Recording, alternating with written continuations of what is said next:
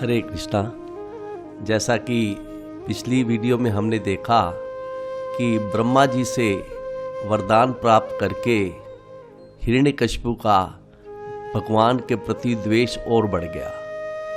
पहले ही कह रहा था अपने भाई का वध का स्मरण करके कि मैं विष्णु का वध करूंगा, और ऊपर से तो उसको शक्ति मिल गई। उसने सारी दिशाओं को जीत लिया, सभी लोगों को, और सभी देवताओं, असुरों, मनुष्यों, गंधर्वों, गरुड़ों, सिद्धों, चारणों, विद्याधरों, ऋषियों को, यहाँ तक कि पितरों को भी, मनुओं को भी, यक्षों को, रक्षों को, भूत प्रेत के स्वामियों को, सबको जीत कर उसने अपने वश में कर लिया और वो विश्व विजेता बन गया। और जितने भी लोकपाल हैं, जैसे कुबेर जी, सूर्य, इंद्र, चंद्रमा, सबको उसने अपने अधीन कर लिया, उनका पद उनसे छीन लिया। और वो इसके बाद उसने जो देवराज इंद्र का भवन है, महेंद्र भवन, उस पर उसने अपना हेडक्वार्टर बना लिया, जो कि साक्षात विश्वकर्मा जी ने बनाया हुआ भवन है। और वो स्वर्गलोक में बड़े ही ऐश्वर्य पूर्वक वहाँ पे रहने लगा। ऐसा लग रहा था कि जो माँ लक्ष्मी है वो अपनी रिद्धियों सहित वहीं निवास कर रही है। इसके बाद हमने देखा कि वो सुरा पीकर तीव्र गंध वाली आंखें उसकी लाल रहती थी, और जितने भी प्रमुख व्यक्ति थे, लोगों के, समस्त लोगों के प्रमुख व्यक्ति थे, वो विविध उपहारों की वस्तुएं लेकर उसकी सेवा में तैयार रहते थे, उसको प्रणाम करते थे। सिर्फ 3 के बिना, ब्रह्मा, विष्णु, महेश के बिना, सब उसकी सेवा करने के लिए तैयार रहते थे। यहाँ तक कि खुद नारद जी ने बताया कि कैसे वो और विश्वावसु और तुम्बरु उसके लिए यशोगान उसका करते थे, उसके लिए गायन करते थे, उसकी कीर्ति गाते थे, और कैसे ऋषिगण उसकी स्तुतियां गाते थे। विद्याधर व अप्सराएं कैसे उसके सामने नृत्य करती थी। उसने देवताओं के लिए जो हवि मिलती थी, उनको जो पृथ्वी पर मनुष्य की यज्ञ करते थे, तो जो उनका आहुति मिलती थी, हवि मिलती थी, वो आहुति भी वो छीन लेता था अपने बल से। और सभी उससे चंड शासन से डरे हुए थे। पृथ्वी माता की क्या हालत थी कि वो बिना डर के मारे, बिना जोते हुए अन्न वो दे रही थी, जैसे कामदुदा गांव देती है। आकाश ठीक समय पर वर्षा कर रहा था। जितने भी समुद्र है वो सब अपने अपने रत्न लाकर किनारों पे रख देते थे हिरण्यकशिपु के इस्तेमाल के लिए। सभी वृक्ष जो है वो हर ऋतुओं में फल देते थे, और उसने सभी लोकपालों को तो अपने अधीन कर ही लिया था। इस तरह से उसने सभी दिशाओं पर विजय प्राप्त कर ली थी, और जहाँ तक उसका मन प्रसन्न हो सकता था वह सब विषयों को वो भोग रहा था। इतने सब, एक राट सम्राट था, इतने सब विषय भोग रहा था, लेकिन फिर भी उसकी इंद्रियां तृप्त नहीं हुई, क्योंकि वो इंद्रियों को अपने वश में नहीं कर सकता था। वो अजित इंद्रिय था। और फिर इस तरह से उसने अपने ऐश्वर्य में अंधा होकर उसने जितने भी शास्त्रों में बातें लिखी थी, सबका उसने उल्लंघन करना शुरू कर दिया। जब इस तरह से सभी लोग उससे डरे हुए थे, उसके शासन से बड़े ही संविघ्न हो गए, बड़े ही विचलित हो गए, तो सभी लोग जो है अपने अपने पालकों के साथ, सहपालका, वो जब उन्हें और कहीं शरण नहीं मिली तो वो भगवान अच्युतम की शरण में गए। तो यहाँ तक हमने पिछली सीटिंग में देखा था। तो अब सभी लोग जो है वो डर रहे हैं हिरण्यकशिपु से, और वो भगवान अच्युतम अर्थात भगवान कृष्ण की शरण में गए हैं वो। और जो जहाँ पे हैं वहीं से वो वहीं से उन्होंने भगवान की प्रार्थना करनी शुरू कर दी। तो आइए आज हम भगवत चर्चा शुरू करते हैं कि नारद जी कह रहे हैं कि वो सभी लोग भगवान को प्रणाम कर रहे हैं, अर्थात जो जहाँ पे हैं वो भगवान की शरण में गए हैं, वहीं पे रहते हुए भगवान को प्रणाम कर रहे हैं। तस्य नमे अस्तु काष्ठाय यत्र आत्मा हरि ईश्वर यत् गत्वा न निर्वर्तन्ते शांता सन्यासिन अम्ला। तो पहले श्लोक में नारद जी कहते हैं कि जब ऐसे सभी विचलित हो गए तो उन्होंने उस दिशा को प्रणाम किया। तस्य नमे अस्तु काष्ठाय, काष्ठाय मतलब दिशा को उन्होंने प्रणाम किया जहाँ पर भगवान हरि रहते हैं। तस्य नमो अस्तु काष्ठाय यत्र आत्मा हरि ईश्वर है, जहाँ पे हरि ईश्वर जहाँ पे रहते हैं उन्होंने उस दिशा को प्रणाम किया। फिर यत् गत्वा न निवर्तन्ते, उन्होंने कहते हैं कि उस धाम को प्रणाम किया, उस धाम को प्रणाम किया जहाँ पर यत गत्वा, जहाँ जाकर जो शांत लोग हैं, सन्यासीगण हैं, जो शुद्ध लोग हैं, अर्थात बैकुंठ धाम को उन्होंने प्रणाम किया जहाँ जाकर जो ये परम सन्यासी लोग हैं वो वहाँ वापिस नहीं आते, निर्वर्तन्ते, वो वापिस लौटते नहीं। ऐसे धाम को, मतलब उस दिशा को प्रणाम किया उन्होंने जिस दिशा में भगवान ईश्वर रहते हैं, और भगवान के धाम को उन्होंने प्रणाम किया जहाँ पर जाने के बाद सन्यासीगण वापिस नहीं आते। अगले श्लोक में नारद जी कहते हैं इति ते संयत आत्मनः स्माहित धी अमला। इस तरह से उन्होंने अपने सभी लोगों ने, सभी देवताओं ने जो कि विचलित थे हिरण्यकशिपु के डर से, उन्होंने अपने मनों को वश में करके संयत आत्मना, समाहित होकर अपनी बुद्धि को स्थिर करके शुद्ध होके उन्होंने क्या किया, उपतस्तु ऋषिकेशम। उन्होंने जो ऋषिकेश है, भगवान का एक नाम ऋषिकेश भी है, अर्थात उनको इंद्रियों का स्वामी भी कहा जाता है, उन्होंने उपतस्तु ऋषिकेश भगवान की पूजा शुरू करी। और पूजा कैसे करी उन्होंने, विनिद्रा, विनिद्रा मतलब बिना सोए, बिना निद्रा के, और वायु भोजना, बिना कुछ खाए पिए, अर्थात वायु ही उनका भोजन थी। तो वो देवतागण सभी लोग बहुत दिनों तक सोए नहीं, उनका भोजन सिर्फ वायु था, अर्थात वो सांस भर ले रहे थे। उन्होंने भगवान की आराधना की बिना सोए, बिना खाए। तो अब जब कोई ऐसे भगवान की भक्ति करेगा बिना सोए, बिना खाए, और क्यों नहीं भगवान उसके ऊपर प्रसन्न होंगे। तो देवता लोगों ने सभी भूखे रहकर भगवान के लिए भजन किया। इसके सरलार्थ में गुरु महाराज जी लिखते हैं कि वो सभी देवतागण, सभी लोकपाल के सभी लोग जो है वो कह रहे हैं हम उस दिशा को सादर नमस्कार करते हैं जहाँ भगवान स्थित है, जहाँ संन्यास आश्रम में रहने वाले विशुद्ध आत्मा महान साधु पुरुष जाते हैं अखंड बैकुंठ धाम में, और जहाँ जाकर वे कभी नहीं लौटते।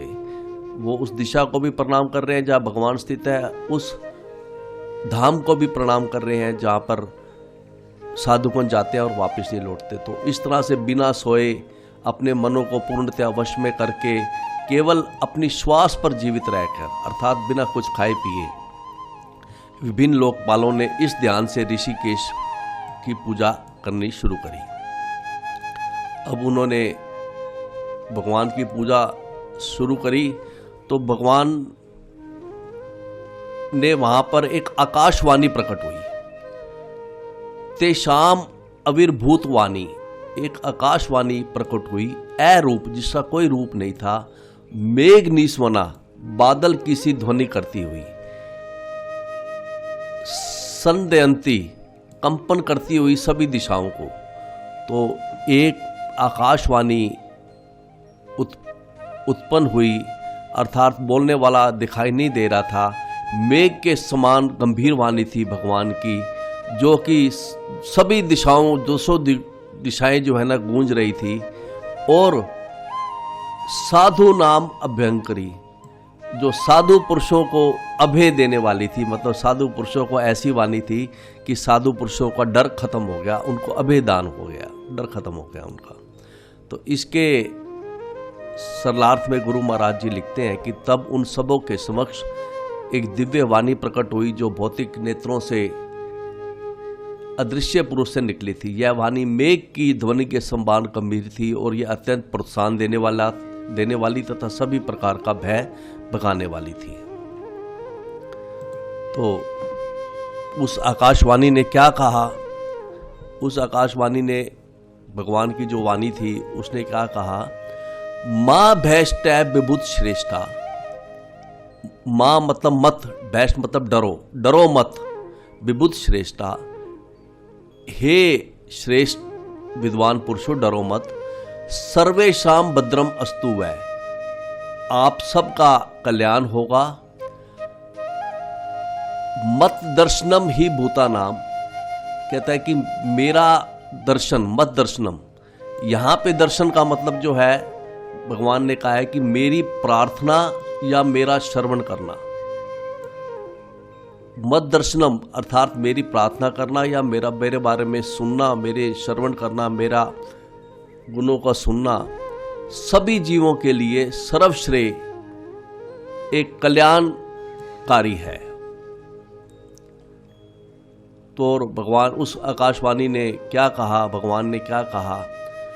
ज्ञातम एतस्य दौरात्यम, उसने कहा कि जो दैत्य अपसदस्य यत, जो दैत्यपति है अर्थात हिरण्यकशिपु का है, इसका जो दौरात्यम्यम है, इसका जो दुष्कर्म है, यह मुझे ज्ञात है, मैं जानता हूँ, इसको जानता हूँ। तस्से शांतिम करिष्यामि, मैं इसको हिरण्यकशिपु को शांत समाप्ति करूंगा इसकी। कालम तावत प्रतीक्षत है, तब तक तुम इसका प्रतीक्षा करो।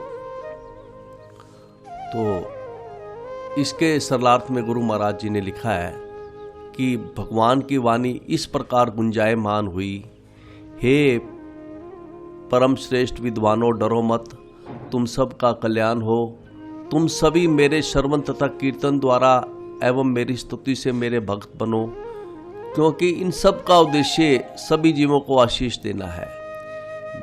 मैं हिरण्यकशिपु के कार्यकलापों से परिचित हूँ, मुझे ज्ञान है और मैं उसे शीघ्र ही रोक दूंगा, तब तक तुम मेरी धैर्यपूर्वक प्रतीक्षा करो। तो भगवान ने कोई स्पेसिफिक टाइम नहीं दिया, उन्होंने ये कहा कि मुझे इसका जो दुष्कर्म है उसके बारे में पता है, इसको मैं समाप्त करूंगा, तब तक तुम प्रतीक्षा करो। अगले श्लोक में भगवान क्या कह रहे हैं, भगवान की आकाशवाणी क्या कह रही है, वो सिद्धांत बता रहे हैं।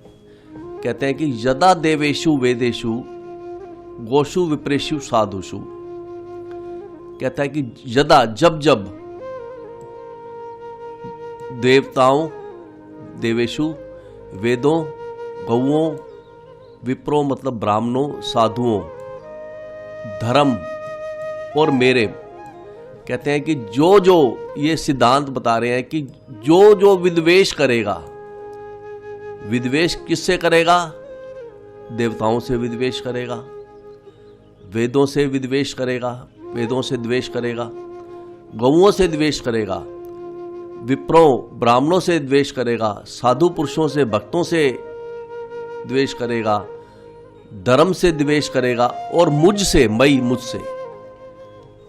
कह रहे हैं कि जब जब कोई भी व्यक्ति विद्वेष करेगा देवताओं से, वेदों से, गौओं से, विप्रों से, ब्राह्मणों से, भक्तों से, धर्म से, मुझसे, जब जब कोई विद्वेष करेगा, स व आशु विनश्यति, वो शीघ्र ही उसका विनाश हो जाएगा। ये सिद्धांत बता रहे हैं भगवान।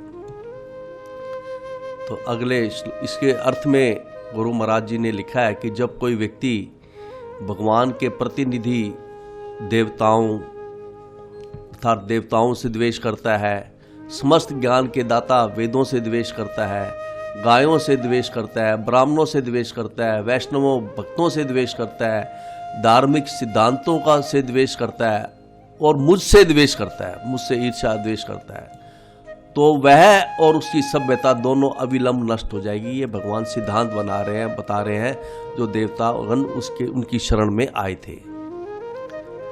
अगले श्लोक में भगवान की आकाशवाणी क्या कह रही है? भगवान की आकाशवाणी कह रहे हैं कि निर्वैराय प्रशांताय। अब वो मान लीजिए कि अभी तक भगवान ने कोई स्पेसिफिक टाइम नहीं दिया कि किस समय उसका भगवान वध करेंगे। तो भगवान इस श्लोक में बता रहे हैं कि वो स्पष्ट बता रहे हैं कि मैं कब उसका वध करूंगा, हिरण्यकशिपु का। कह रहे हैं कि निर्वैराय प्रशांताय, कि सब सुताय महाआत्मने, कि जब हिरण्यकशिपु प्रहलाद महाराज को, जो कि निर्वैर है, प्रशांत है, अत्यंत गंभीर है, शांत है, और हिरण्यकशिपु जब अपने पुत्र प्रहलाद महाराज को, जो कि निर्वैर है, प्रशांत है, महाआत्मने, महान भगत है, यदा द्रुहेत, जब उसको सताएगा, हनिष्ये अपि वर उर्जितम, तब मैं उसको मार दूंगा। बेशक ही उसने वर उर्जित कर रखे हैं ब्रह्मा जी से, बेशक ब्रह्मा जी ने उसको वर दे रखे हैं। जब वो अपने पुत्र प्रहलाद, अर्थात जो कि निर्वैर है, प्रशांत है, उसको जब वो सताएगा तो मैं उसका वध कर दूंगा। तो ये हमने आगे देखेंगे कि पहले हिरण्यकशिपु ने प्रहलाद महाराज को औरों से मरवाने का प्रयास किया, लेकिन जिस दिन उसने अपने हाथ से मारना चाहा, उसी दिन भगवान ने उसको मार दिया। तो इसके सरलार्थ में गुरु महाराज जी ने लिखा है कि जब हिरण्यकशिपु अपने ही पुत्र परम भगत प्रहलाद को सताएगा, जो कि अत्यंत शांत, गंभीर तथा शत्रु रहित है, तो भगवान कहते हैं कि, भगवान की आकाशवाणी कहते हैं कि मैं ब्रह्मा के समस्त वरों के होते हुए भी उसका तुरंत वध कर दूंगा। तो भगवान मतलब अपने यहाँ पर स्पष्ट बताया कि भगवान अपने भक्तों के प्रति जब कोई वैर करता है तो उसको वो सहन नहीं कर सकते। तो इसको समझाने के उद्देश्य से गुरु महाराज ने लिखा है कि समस्त पापों में सबसे घोर पाप है शुद्ध भगत या वैष्णव के प्रति अपराध। जैसे इस श्लोक में भी बताया कि जब मेरे भगत को कोई सताएगा तो भगवान इमीडिएट एक्शन लेंगे। तो गुरु महाराज जी ने बताया कि समस्त पापों में सबसे घोर पाप है शुद्ध भगत या वैष्णव के प्रति अपराध। उन्होंने एक वैष्णव अर्थात एक भगत के चरण कमलों पर किया गया अपराध इतना घातक होता है कि चैतन्य महाप्रभु जी ने इसकी तुलना एक प्रमथ हाथी से की है, जो उद्यान में घुसकर अनेक पौधों वृक्षों को उखाड़कर अत्यंत उपद्रव मचा लेता है। तो यदि कोई किसी ब्राह्मण भगत के चरण कमलों के प्रति अपराधी है तो उसके अपराध, चाहे उसके पास कितने ही पुण्य कर्म हो, वो सारे पुण्य कर्म समाप्त हो जाते हैं अगर वो कोई भक्तों के प्रति अपराध करता है। अतः गुरु महाराज जी कहते हैं मनुष्य को सतर्क रहना चाहिए कि वैष्णव अपराध ना हो। यहाँ पर भगवान स्पष्ट कहते हैं कि यद्यपि हिरण्यकशिपु को ब्रह्मा जी से वरदान प्राप्त है, लेकिन जो ही वह अपने पुत्र प्रहलाद महाराज जो कि भगत थे भगवान के, उसके चरणों पर अपराध करेगा तो उसके सारे वरदान व्यर्थ हो जाएंगे। यहाँ पर प्रहलाद महाराज जैसे वैष्णव को निर्वैर अर्थात शत्रु विहीन कहा बतलाया गया है कि उनका कोई शत्रु नहीं था।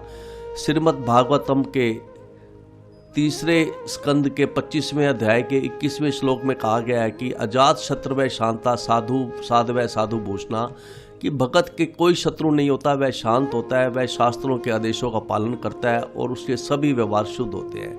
वह किसी से शत्रुता मोल नहीं लेता, लेकिन यदि कोई उसका शत्रु बनता है तो भगवान उसका संहार कर देंगे, चाहे उसे कहीं से भी कितने ही वरदान क्यों ना प्राप्त हो। निश्चय ही हिरण्यकशिपु अपनी तपस्या के फलों को भोग रहा था, किंतु भगवान यहाँ पर कहते हैं कि जैसे ही वो मेरे भगत प्रहलाद महाराज के चरण कमलों पर अपराध करेगा तो उसका विनाश कर दिया जाएगा। अपने पुण्यों के परिणाम स्वरूप यदि किसी की दीर्घायु भी हो, बहुत सारे ऐश्वर्य हो, बहुत सुंदर हो, शिक्षा, उसकी संपत्ति, उसकी कुछ भी रक्षा नहीं कर पाता यदि वह वैष्णव के चरणों कमलों पर अपराध करता है। सब कुछ होते हुए भी यदि किसी वैष्णव के चरण कमलों पर अपराध होता है तो वह विनष्ट हो जाएगा। तो भगवान यहाँ सिद्धांत बता रहे हैं कि जब भी वो मेरे भगत को सताएगा, मारने का प्रयत्न करेगा तो मैं उसका वध कर दूंगा। अगले श्लोक में इस तरह जब आकाशवाणी ने ऐसा कहा तो अगले श्लोक में नारद जी कह रहे हैं, इति उक्ता लोक गरुणा तम प्रणमय दिवोक्षय। दिवोक्षय अर्थात जो स्वर्ग में रहने वाले। तो इस तरह से जब सारे देवतागण दिवोक स्वर्ग में रहने वाले ऐसा भगवान ने कहा, इति उक्ता लोक गरुणा, तो वो न्यायवर्तंत वापिस लौट गए। गत उद्वेगा, उनका जो उद्वेग था सारी चिंताओं से वो खत्म हो गया। गत उद्वेगा, उनका उद्वेग खत्म हो गया, सारी चिंताएं खत्म हो गई। मेनिरे चय असुरम हतम, और उन्होंने मान लिया, भाई भगवान ने कह दिया कि असुर मर गया, तो उन्होंने मान लिया कि हिरण्यकशिपु मारा गया। इसके सरलार्थ में गुरु महाराज जी ने लिखते हैं, परम साधु नारद मुनि ने आगे कहा, जब सबों के गुरु भगवान ने स्वर्ग में रहने वाले सभी देवताओं को इस तरह से आश्वस्त कर लिया तो सबों ने उन्हें प्रणाम किया भगवान को, और विश्वस्त होकर लौट आए कि अब तो हिरण्यकशिपु एक तरह से मर चुका है। अगले श्लोक, अब यहां तक हिरण्यकशिपु का वर्णन था कि हिरण्यकशिपु की अशुभ वासना का वर्णन था। उसकी वो सब कुछ जहाँ तक वो भोग कर सकता था उसने भोग किए। उसकी संसार के भोगों के प्रति लालसा थी, और फिर भी वो उसकी वासना शांत नहीं हुई। वो फिर भी जो है वो भोगों के प्रति उसकी रुचि थी। इसके आगे जो है उसके विपरीत, अब जो आगे जो है वो प्रहलाद महाराज जी का वर्णन है। उनके अंदर शुभ वासना थी। शुभ वासना क्या थी? उनके भगवान के प्रति भक्ति की, उनके प्रति उनके अंदर लालसा थी। तो अब यहाँ से प्रहलाद महाराज जी के गुणों का वर्णन है कि तस्से दैत्य पते पुत्रा, उस हिरण्यकशिपु के, तस्से दैत्य पते पुत्रा चतवार परम अद्भुता, उस दैत्यपति हिरण्यकशिपु के चतवार 4 पुत्र थे, और चारों पुत्र ही बड़े परम अद्भुत थे। उनमें से एक था प्रहलाद महाराज। चारों में से प्रहलाद अभूत महान तेषाम, प्रहलाद एक उन अभूत महान तेषाम, उन चारों में से महान थे प्रहलाद महाराज, अर्थात उन चारों में से श्रेष्ठ थे। और सौंदर्य में भी श्रेष्ठ थे, ज्ञान में भी श्रेष्ठ थे, हर चीज में वो श्रेष्ठ थे। प्रहलाद महाराज गुणे महत उपासक है, और वो भगवान के अनन्य भगत भी थे, भगवान विष्णु के अनन्य भगत थे। तो इसके सरलार्थ में गुरु महाराज जी ने लिखा है कि हिरण्यकशिपु के 4 अद्भुत सुयोग्य पुत्र थे, जिसमें से प्रहलाद नामक पुत्र सर्वश्रेष्ठ था। निसंदेह प्रहलाद महाराज समस्त दिव्य गुणों के खान थे, क्योंकि वे भगवान के अनन्य भगत थे। जैसे कि इस स्लाइड में दिखाया गया है कि दिति माता के जो पुत्र था हिरण्यकशिपु, हिरण्यकशिपु के आगे 4 पुत्र हुए। पहला पुत्र हुआ सम्मलाद, फिर हुआ अनुलाद, हिलाद, और चौथा पुत्र प्रहलाद हुआ। अब प्रहलाद महाराज के गुणों का वर्णन है। प्रहलाद महाराज के गुणों का वर्णन इस श्लोक में नारद जी कह रहे हैं कि प्रहलाद महाराज के कितने गुण थे। पहला गुण था उनके अंदर कि वो ब्राह्मण्य थे, ब्राह्मण संस्कृति के प्रति अच्छे ब्राह्मण के समान सुसंस्कृत थे। दूसरा गुण था उनमें शील संपन्न थे, अर्थात उनका नरम व्यवहार था। सत्यसंध थे, अर्थात जो भी वो व्रत लेते थे उसको पूरा करते थे, उसको सत्य करते थे। जित इंद्रिय, उन्होंने अपने इंद्रियों को अपने पूरी तरह से वश में करा हुआ था उन्होंने। और क्या गुण थे? आत्मवत सर्वभूता नाम, जैसे भगवान सभी जीवों के प्रति दयालु हैं, ऐसे ही प्रहलाद महाराज जी सभी जीवों सर्वभूता नाम के प्रति दयालु थे, एक प्रिय थे। और सुहृदतम, सभी जीवों के जैसे भगवान सभी जीवों के सुहृद हैं, सभी जीवों को भगवान फ्रेंड है, सबके बेस्ट फ्रेंड है, ऐसे ही वही गुण प्रहलाद महाराज में थे कि वो सभी जीवों के प्रति दयालु थे और सभी जीवों के प्रति सुहृद थे। अगले पंक्ति में उनके और गुणों के बारे में वर्णन किया हुआ है कि दासवत सन्नत आर्य अंगदी, जो महान पुरुष थे, जो आर्य लोग थे, जो महान थे, महान पुरुष के चरण कमलों पर आर्य अंगदी वो दासवत रहते थे, अर्थात उनके सदैव आज्ञाकारी रहते थे। सन्नत मतलब आज्ञाकारी। उनके अंदर क्या गुण थे कि वो जो उनसे श्रेष्ठ थे उनको प्रति वो दासवत रहते थे। और पितृवत दीनवत्सला, जो दीन थे, जो गरीब थे, उनके प्रति वो पिता की तरह वो दयालु रहते थे। और भातृवत सदृश, और जो अपने बराबर वाले थे, सदृश थे, उनके प्रति भाई जैसा व्यवहार करते थे। मतलब अपने बड़ों के प्रति उनका व्यवहार कैसा था? दास जैसा। गरीबों के प्रति उनका व्यवहार कैसा था? पिता जैसा। और अपने जो बराबर थे उनके प्रति कैसा व्यवहार था? भाई जैसा। गुरुषु ईश्वर भावना, वो गुरुओं को ईश्वर मानते थे, ये उनका गुण था। गुरुषु ईश्वर भावना। और विद्या अर्थ रूप जन्म आडिये, नाराज जी कहते हैं उनके अंदर ये 4 गुण भी थे, अर्थात उनको सब विद्या थी।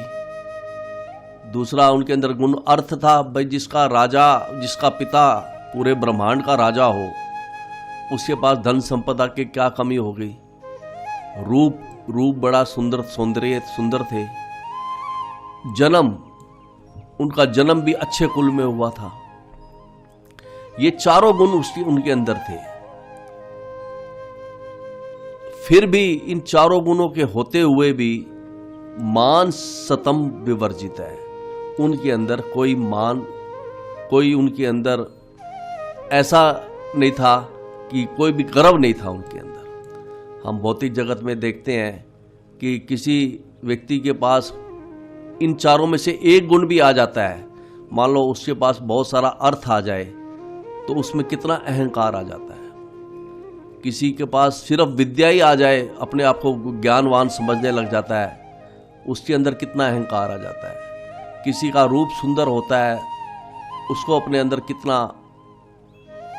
अहंकार आ जाता है। किसी का जन्म अच्छे कुल में हो जाए, उसको अपने कुल पर कितना अहंकार आ जाता है। यहाँ तो प्रहलाद महाराज जी को ज्ञान में भी श्रेष्ठ थे, सारी धन संपदा के मालिक उसके पिताजी थे, सुंदर थे, उनका जन्म भी उच्च कुल में हुआ था। ब्रह्मा जी से 4th 5वीं पीढ़ी में उनका जन्म हुआ था। ब्रह्मा जी से मारीची ऋषि हुए, मारीची जी से कश्यप ऋषि हुए, और कश्यप जी से हिरण्यकशिपु, और हिरण्यकशिपु से प्रहलाद महाराज। 5वीं पीढ़ी में उनका जन्म हुआ था। कितना कुलीन उनका वंश था। लेकिन इतने होते हुए भी वो उनके अंदर कोई गर्व उनके अंदर नहीं था, कोई मान सम्मान नहीं था। तो इसके सरलार्थ में गुरु महाराज जी लिखते हैं कि यहाँ पर हिरण्यकशिपु के पुत्र प्रहलाद महाराज के गुणों का उल्लेख हुआ है। वे योग्य ब्राह्मण के रूप में पूर्णतः संस्कृत थे, सच्चरित्र थे, परम सत्य को समझने के लिए दृढ़ संकल्प थे। उन्होंने अपनी इंद्रियों तथा मन पर उनका पूर्ण संयम था। परमात्मा की भांति वे प्रत्येक जीव के प्रति दयालु थे, और जैसे परमात्मा हर एक के श्रेष्ठ मित्र हैं, ऐसे ही वही गुण उनके अंदर था। वो हर एक के श्रेष्ठ मित्र थे। वे सम्मानित व्यक्ति के साथ, अर्थात जो बड़े लोग थे, उनके साथ तो दास की बातें व्यवहार करते थे। गरीबों के वो पिता तुल्य थे और जो अपने बराबर के लोग थे, समान धर्माओं के प्रति वे दयालु भ्राता की तरह अनुरक्त रहने वाले थे और अपने गुरुओं को, गुरु भाइयों को वो भगवान की तरह मानने वाले थे। और उसके अंदर क्या गुण था प्रहलाद महाराज जी के अंदर कि वे उस बनावटी गर्व मान से पूरी तरह से मुक्त थे, जो कि उनकी अच्छी शिक्षा, धन, सौंदर्य व उच्च जन्म के कारण संभव था। मतलब उनके पास ये चारों गुण होते हुए भी वे गर्व उनके अंदर नहीं था। तो अगले श्लोक में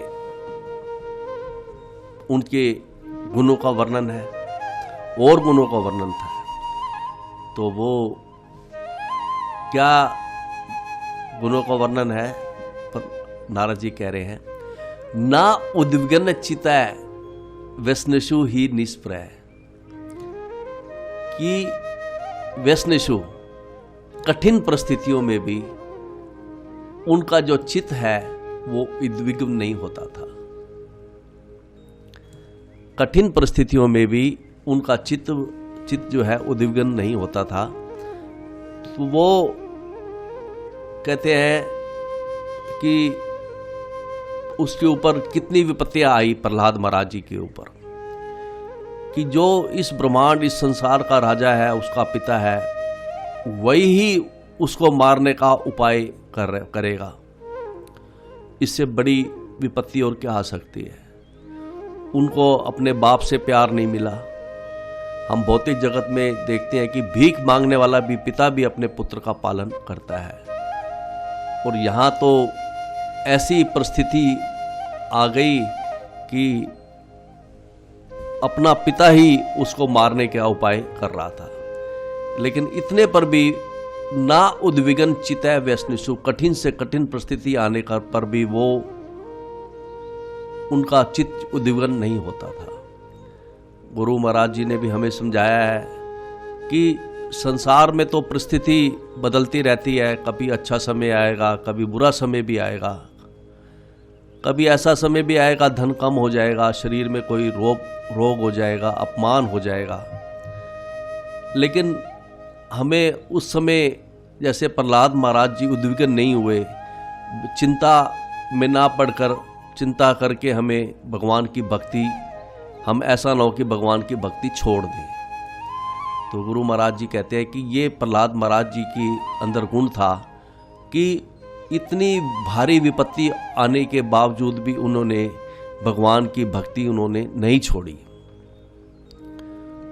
वह कभी घबराए नहीं, भगवान की भक्ति करती रहे वो।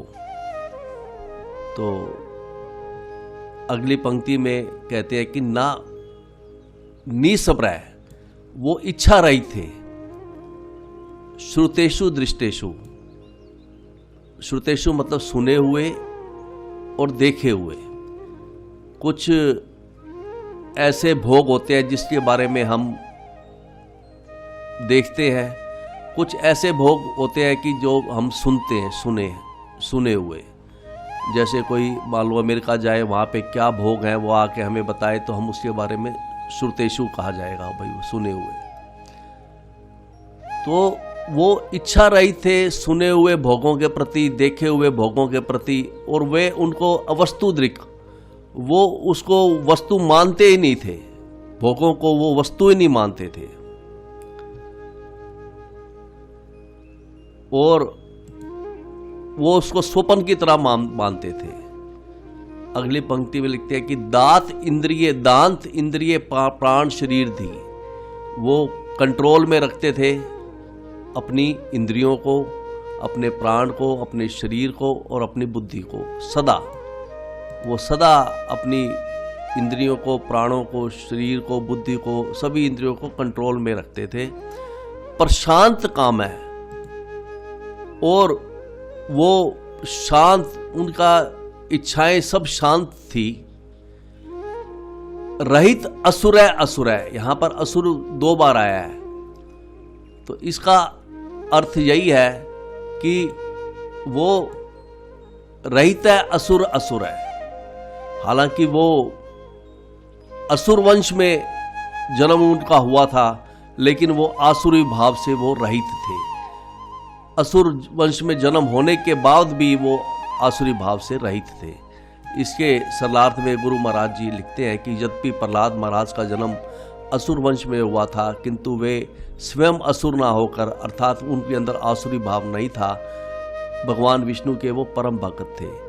अन्य असुरों की तरह वे कभी भी वैष्णवों से ईर्ष्या नहीं करते थे। कठिन परिस्थिति आने पर वे कभी शुद्ध नहीं होते थे। कठिन परिस्थिति आने पर ऐसा नहीं है कि वो भगवान की भक्ति छोड़ दिए, और वेदों में वर्णित काम कर्मों में प्रत्यक्ष या अप्रत्यक्ष रूप से रुचि नहीं लेते थे। निस्संदेह वे हर भौतिक वस्तु को व्यर्थ मानते थे, सब भोगों को वो व्यर्थ मानते थे। इसलिए वे भौतिक इच्छाओं से पूर्णतया रहित थे। वे सदैव अपनी इंद्रियों तथा प्राणवायुओं पर संयम रखते थे। स्थिर बुद्धि तथा संकल्प में होने के कारण उन्होंने सारी विषय वासनाओं का दमन कर लिया था। तो अगले श्लोक में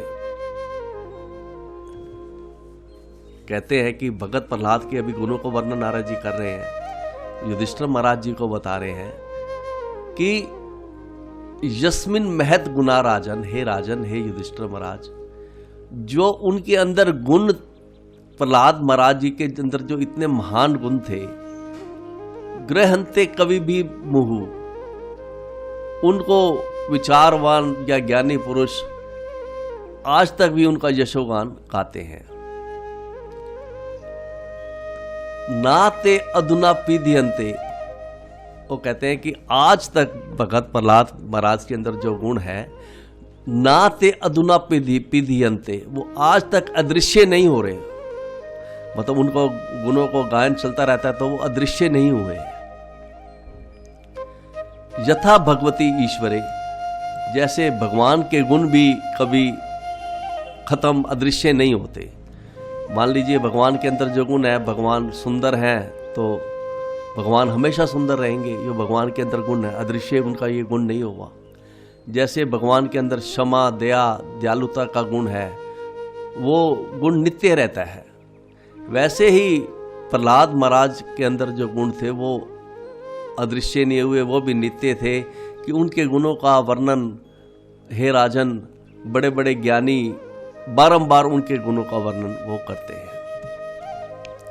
तो इसके सरलार्थ में गुरु महाराज जी लिखते हैं कि हे राजन, हे नारद जी कहते हैं, हे राजन, आज भी प्रहलाद महाराज के सद्गुणों का यशोगान विद्वान संतों तथा वैष्णव द्वारा किया जाता है। जिस तरह सारे सद्गुण सदैव भगवान में विद्यमान रहते हैं, उसी प्रकार वे उनके भगत प्रहलाद महाराज में भी सदैव पाए जाते हैं।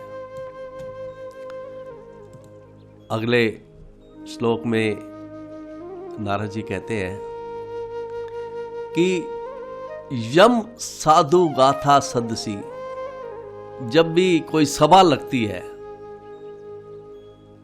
जिसमें उच्च लक्षणों की व्याख्या होती है, कोई साधु गाथा सदसी, सदसी मतलब कोई सभा लगती है, तो रिपय अपि सुरा नृपय, हे राजन, भाई प्रहलाद महाराज तो ने तो असुर वंश में जन्म लिया है और देवतागण तो उसके रिपु है, शत्रु हैं, सुरा। हालांकि देवतागण उनके शत्रु हैं, लेकिन प्रतिमानम प्रकुर्वन्ति, वो भी प्रहलाद महाराज के सर्वश्रेष्ठ भगवान का भगत मानते हैं। वे भी कहते हैं कि भगत हो तो भगत प्रहलाद जैसा हो। प्रतिमानम प्रकुर्वन्ति, वो हमेशा ये स्टैंडर्ड देते हैं कि तुलना, भक्ति की तुलना प्रहलाद महाराज से वो करते हैं, उसको कसौटी के रूप में मानते हैं। कि कह रहे हैं कि जो असुरगण, जो देवतागण हालांकि शत्रु हैं प्रहलाद महाराज के, है ना, उसके मतलब असुर कुल में, वो असुर कुल में है और ये देवताओं के कुल में है, लेकिन फिर भी वो मानते हैं कि भगत प्रहलाद भक्तों में से सर्वश्रेष्ठ है। किम उत अन्य भवादृशा है, और फिर जो आप जैसे भवादृशा, आप जैसे महान पुरुष हैं, युधिष्ठिर जी को कह रहे हैं, उनके बारे में तो कहना ही क्या, वो तो सदैव उनको उदाहरण स्वरूप लेते रहते हैं भगत प्रहलाद को, उनके गुणों को, भक्ति की सराहना करते रहते हैं उनकी। तो इसके सरलार्थ में गुरु महाराज जी ने लिखा है, हे राजन युधिष्ठिर, किसी भी सभा में जहाँ संतों तथा भक्तों की चर्चा चलती है वहाँ पर असुरों के शत्रु देवतागण तक प्रहलाद महाराज को परम भक्त के रूप में उदाहरित करते हैं। आपका तो कहना है क्या, जो प्रहलाद महाराज का उदाहरण सदा देते रहते हैं। तो इस तरह से गुणों का वर्णन करते हुए नारद महाराज जी अब इस श्लोक में कहते हैं, गुणे अलम असंख्य, असंख्य गुण है भगत प्रहलाद महाराज के अंदर। महात्म्यम तस्य सूचिते, जो उनकी महात्मा का, जो उनकी महिमा का वर्णन करते हैं, ऐसे उनके असंख्य गुण है। तो लेकिन उनके अंदर सबसे श्रेष्ठ गुण क्या है, ये कहते हैं कि उनके अंदर जो सबसे श्रेष्ठ गुण है वो ये है, वासुदेवे भगवती यस्से नैसर्गिकी रति। जो उनके अंदर सबसे, वैसे तो उनके अंदर कहते हैं कि असंख्य गुण है जो उनकी महानता को सूचित करते हैं, लेकिन उनके अंदर जो सबसे श्रेष्ठ गुण है, सबसे बढ़िया गुण है, वो कहते हैं कि वो सबसे अच्छा गुण उनका ये है कि वासुदेव, भगवान वासुदेव, जो कि वासुदेव जी के पुत्र है कृष्ण, यस्से नैसर्गिकी रति, उनके चरणों में उनकी नैसर्गिकी आसक्ति है। रति मतलब आसक्ति है, ये स्वाभाविक रति है, अर्थात जन्म से ही उनके अंदर ये महान गुण है कि वो भगवान कृष्ण में उनकी आसक्ति है। तो ये बताया उन्होंने कि सबसे श्रेष्ठ जो गुण उनके अंदर ये है। इसके सरलार्थ में गुरु महाराज जी लिखते हैं कि भला ऐसा कौन है जो प्रहलाद महाराज के असंख्य दिव्य गुणों के नाम गिना सके। उनको वासुदेव भगवान श्री कृष्ण के पुत्र में अविचल श्रद्धा एवं अनन्य भक्ति थी। भगवान कृष्ण के प्रति उनकी अनुरक्ति अपनी पूर्व भक्ति के कारण स्वाभाविक थी। यद्यपि उनके सद्गुणों की गणना नहीं की जा सकती, किंतु उनसे सिद्ध होता है कि वे महात्मा थे। तो उन्होंने बताया, गुरु महाराज जी ने, नारद जी ने बताया कि सबसे जो श्रेष्ठ गुण था उनके अंदर वो यही था कि उनकी भगवान कृष्ण में नैसर्गिक रति थी, उनकी आसक्ति स्वाभाविक, नैसर्गिक की मतलब स्वाभाविक रति थी भगवान कृष्ण के अंदर। अब भगवान कृष्ण में उनकी आसक्ति थी तो और वो कैसे आसक्ति थी भगवान कृष्ण के प्रति, इसको हम अगली सीटिंग में लेंगे कि भगवान कृष्ण के प्रति उनकी जो स्वाभाविक रति थी, स्वाभाविक आसक्ति थी, वो कैसी थी। तो तब तक के लिए हरे कृष्णा।